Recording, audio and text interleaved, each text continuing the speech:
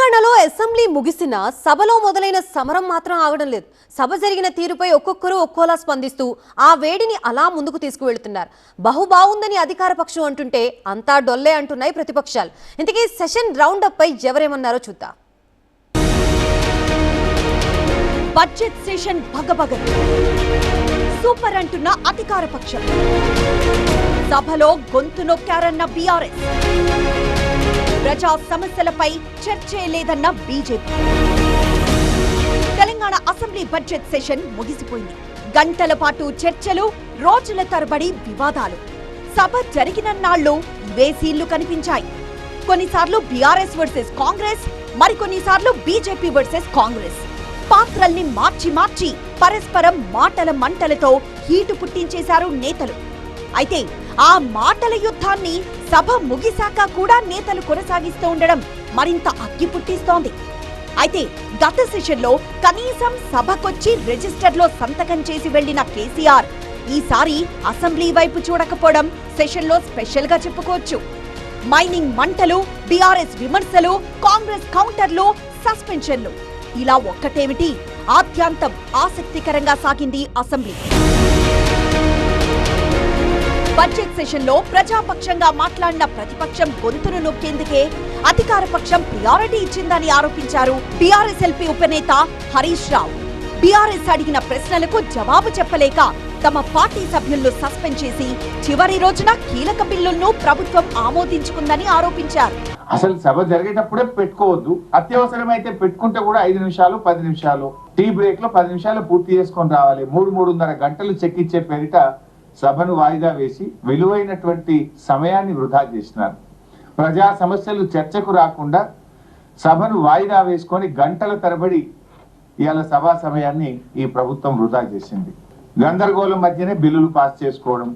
ప్రధానమైన ప్రతిపక్షం బీఆర్ఎస్ పార్టీని 2 రోజులు సస్పెండ్ చేసి అనేక బిల్లులు, అనేక పద్దులను కూడా గెలటిన్ చేసి చర్చ లేకుండా పాస్ చేసుకున్నారు. కావాలని ప్రధానమైనటువంటి ఇరిగేషన్ 2వ రోజు ఉంటే దాన్ని చివరి రోజు పెట్టి మమ్మల్ని సస్పెండ్ చేసి చర్చకు రాకుండా బిల్లు పాస్ చేసుకునే ప్రయత్నం చేసినారు.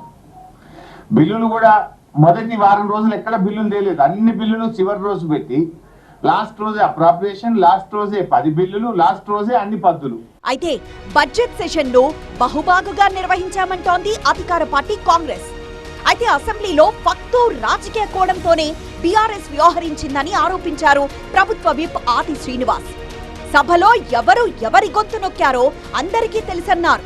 బీఆర్ఎస్ కు 16 గంటలకు పైగా సమయం ఇస్తే కేటీఆర్, హరీష్ రావులే 6 గంటలు మాట్లాడారని గుర్తు చేశారు.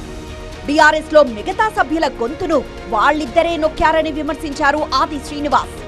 సమాజం పట్ల బీఆర్ఎస్ కు ఏ మాత్రం బాధ్యత లేదన్నారు కాంగ్రెస్ ఎమ్మెల్యే ఎన్ఎం శ్రీనివాస్ రెడ్డి. కీలక బిల్లులపై చర్చకు రాకుండా బీఆర్ఎస్ సభ్యులు పారిపోయారంటూ ఎద్దేవా చేశారు. 16 గంటల 12 నిమిషాలు బీఆర్ఎస్ పార్టీ శాసనసభ్యులకు అవకాశం వస్తే ఐఎన్సీకి 13 గంటలే వచ్చిన సందర్భంలో లీడర్ ఆఫ్ ది హౌస్ గౌరవ ముఖ్యమంత్రి రేవంత్ రెడ్డి గారు 4 గంటల 26 నిమిషాలు మాట్లాడిన సందర్భం, లీడర్ ఆఫ్ అపోజిషన్ నిల్ కేసీఆర్ గారి సభకు రాలేరు, సెకండ్ కూడా మాట్లాడే అవకాశం లేదు. అంటే 6 గంటలు ఇద్దరే మాట్లాడి వారి శాసనసభ్యుల గొంతు నొక్కింది మీరవుతారా మేమవుతామని అడుగుతా ఉన్నా.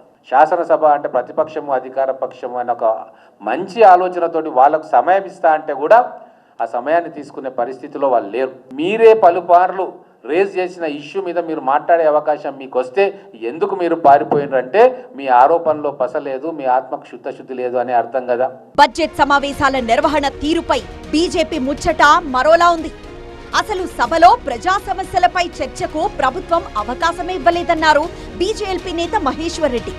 అంకెల గారడీగా ఉన్న తప్పుల తడక బడ్జెట్ ను ఆమోదించారని విమర్శించారు.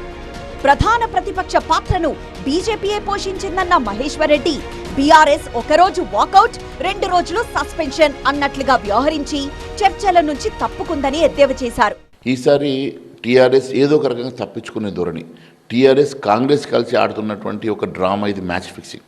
ఏ చర్చలో పాల్గొనకుండా మొన్న 2 రోజులు పట్టుబడడం, 2 రోజులు సస్పెండ్ అవ్వడం, అంతకుముందు కూడా 1 రోజు బైకాట్ చేసి వాకౌట్ చేయడం, ఇవంతా చూస్తూ ఉంటే వారు సమస్యల మీద మాట్లాడాలన్న చిత్తశుద్ధి లేకపోవడం, లేక వారు చేసిన తప్పిదాలు ఎక్కడ కాంగ్రెస్ బయటపెడుతుందోనో లేకుంటే వారిద్దరి మధ్యలో జరిగినటువంటి మ్యాచ్ ఫిక్సింగో కానీ కాంగ్రెస్ టీఆర్ఎస్ కలిసి ఈసారి ఒక నాటకం ఆడితే ఈరోజు రెండు పార్టీలను ఎండగట్టినటువంటి ఏకైక పార్టీ భారతీయ జనతా పార్టీ. మొత్తానికి అసెంబ్లీ నిర్వహణపై ఎవరి వెర్షన్ వారిదే అన్నట్లుగా ఉంది.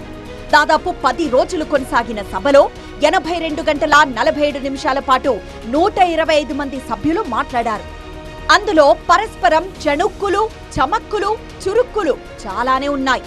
మళ్లీ సెషన్ వచ్చేదాకా జనాలకు అవే తీపి జ్ఞాపకాలన్నమాట.